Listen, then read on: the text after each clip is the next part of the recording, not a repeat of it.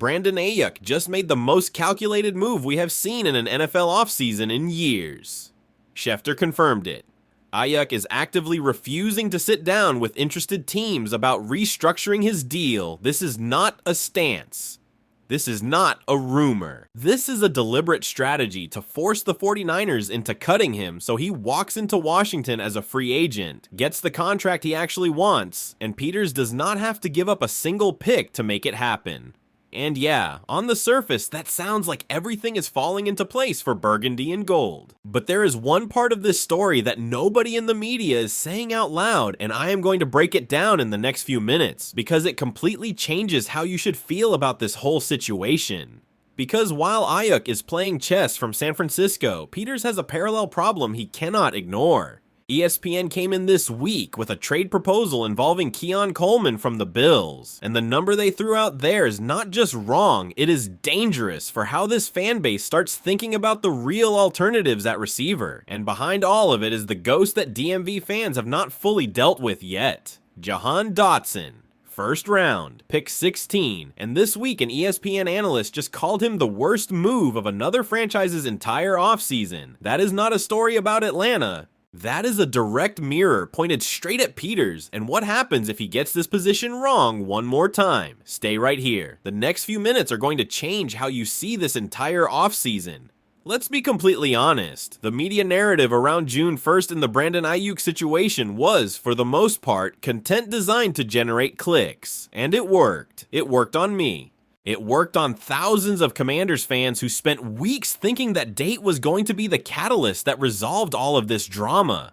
That Lynch was going to admit defeat, cut Ayuk, and Peters would appear like the hero who signs the receiver within hours. No, that is not how this works. And we need to explain why June 1st in the NFL is an accounting date. It's the point after which teams can split a released player's dead cap money across 2 seasons instead of absorbing it all in the current year.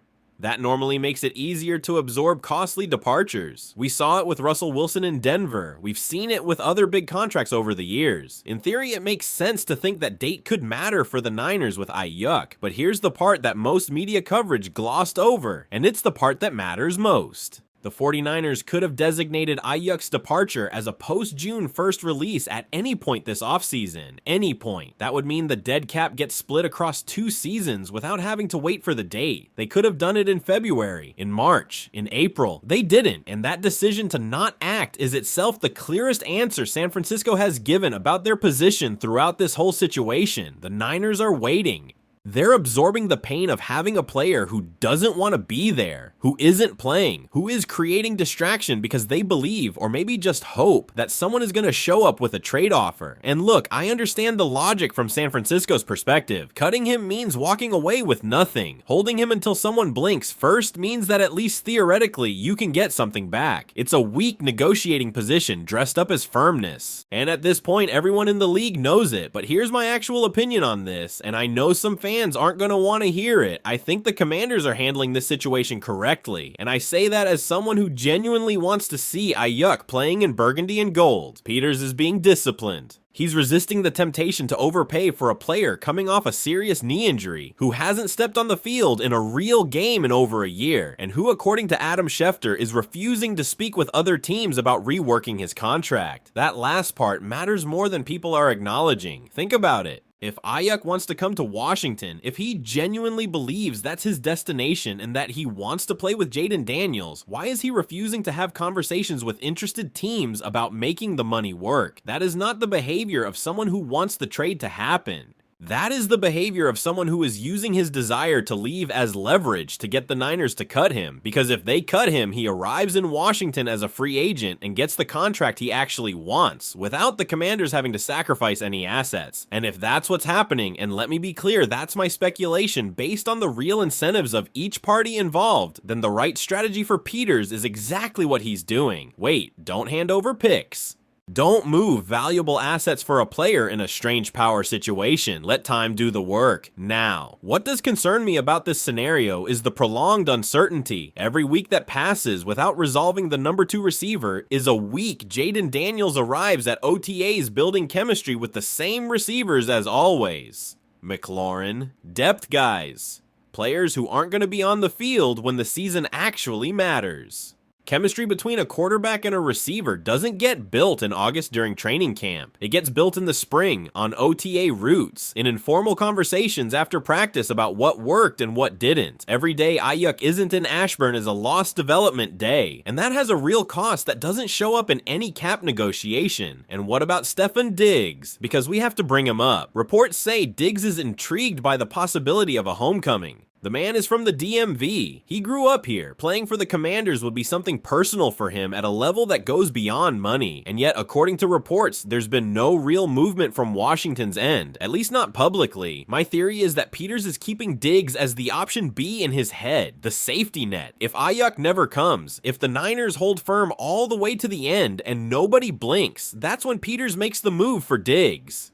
But as long as there's even a 1% chance that Ayuk becomes available, the GM is not going to close that door. And I get it, because Ayuk at his best is a level above what Diggs can offer you at this point in his career. But here's my strongest opinion on all of this, and it's the one you're least likely to see in traditional coverage. I think there is a real possibility, maybe higher than we want to admit, that Ayuk never comes to Washington.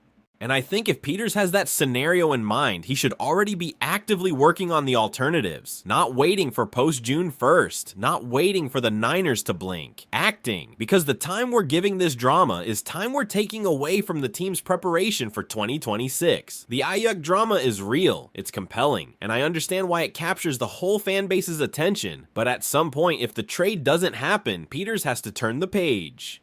And he can't turn the page if he's spent months with his eyes locked on San Francisco. And speaking of alternatives, ESPN jumped into the conversation this week with a proposal that generated some real noise. A panel of analysts, including Dan Graziano, suggested the Commanders should go after Keon Coleman from the Bills. Graziano's offer was minimalist. A 2028 fifth-round pick for Coleman. Before I even get into the player analysis, let me say something about the proposal itself. A 2028 fifth-round pick for a receiver who was the 33rd overall pick in the 2024 draft is, in pure draft value terms, a laughably low offer. If the Bills accepted that, it would be one of the worst asset negotiations in recent franchise history. They're not accepting that.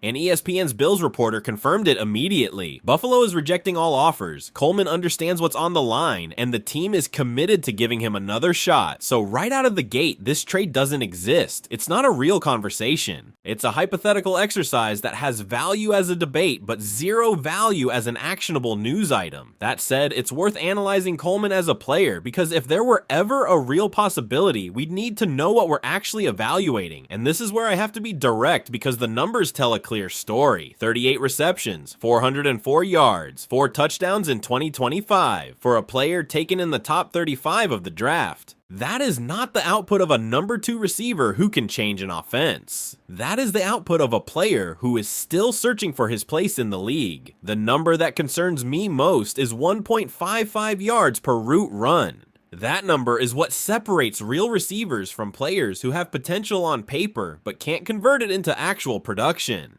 A receiver who can't consistently create separation from cornerbacks does not help Jaden Daniels. It doesn't matter how big he is. It doesn't matter how good his yards per catch average looks when he does get the ball. If you can't create separation on your routes, you're not going to see the ball enough to be relevant. Now, in Coleman's defense, he is 23 years old. He has the physical profile that scouts love. The 19.2 yards per reception average in 2024 tells you that when he catches the ball in open space, he can do damage going vertical. And 2 years in a system with Josh Allen as your quarterback where you clearly weren't the offensive priority doesn't necessarily define who you can be in a different context. But here's my real problem with the Keon Coleman narrative for the Commanders. It's not that he's a bad player, it's that he is exactly the kind of bet that a team in win now mode should not be making at the number 2 receiver position. The Commanders have Jaden Daniels at the best moment of his development.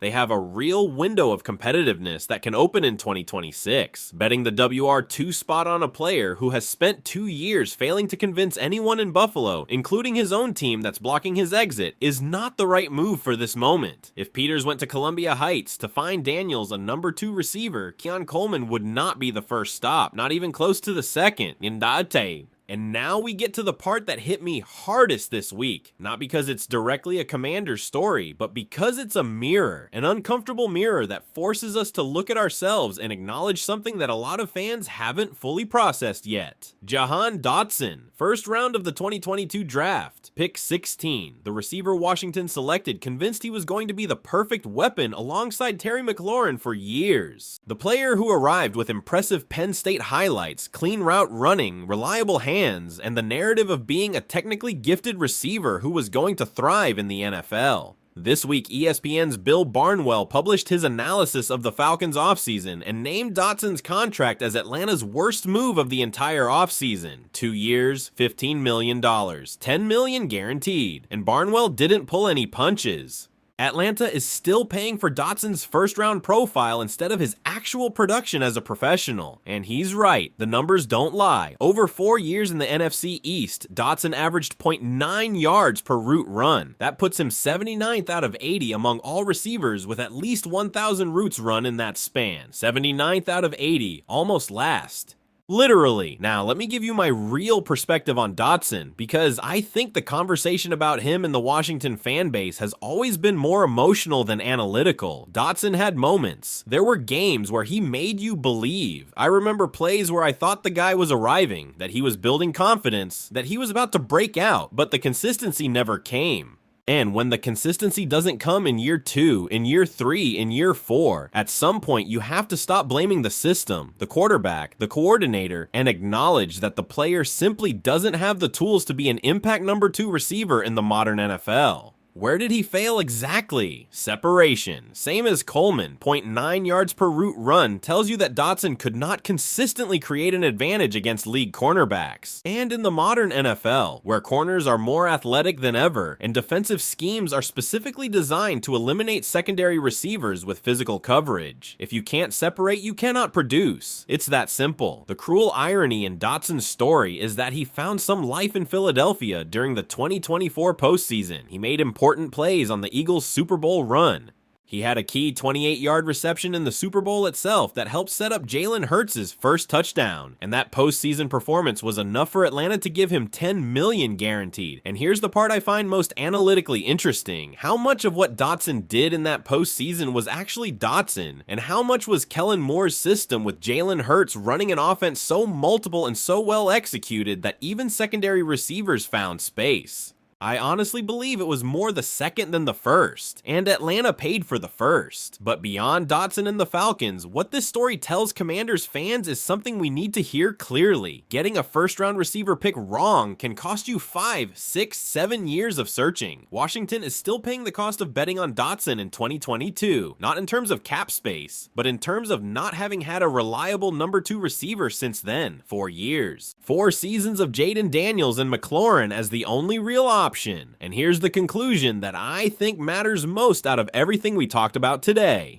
Peters has to solve this. He cannot let the Ayuk drama turn into decision paralysis that results in arriving at the 2026 season with the same receiver problem we had in 2025 and 2024 and 2023. Because if that happens, if Daniels starts the year without an impact number 2 receiver, the responsibility lands directly on the GM's shoulders. And rightfully so, the pressure is real, the window is open, and the ghost of Jahan Dotson reminds us exactly what happens when you get this position wrong.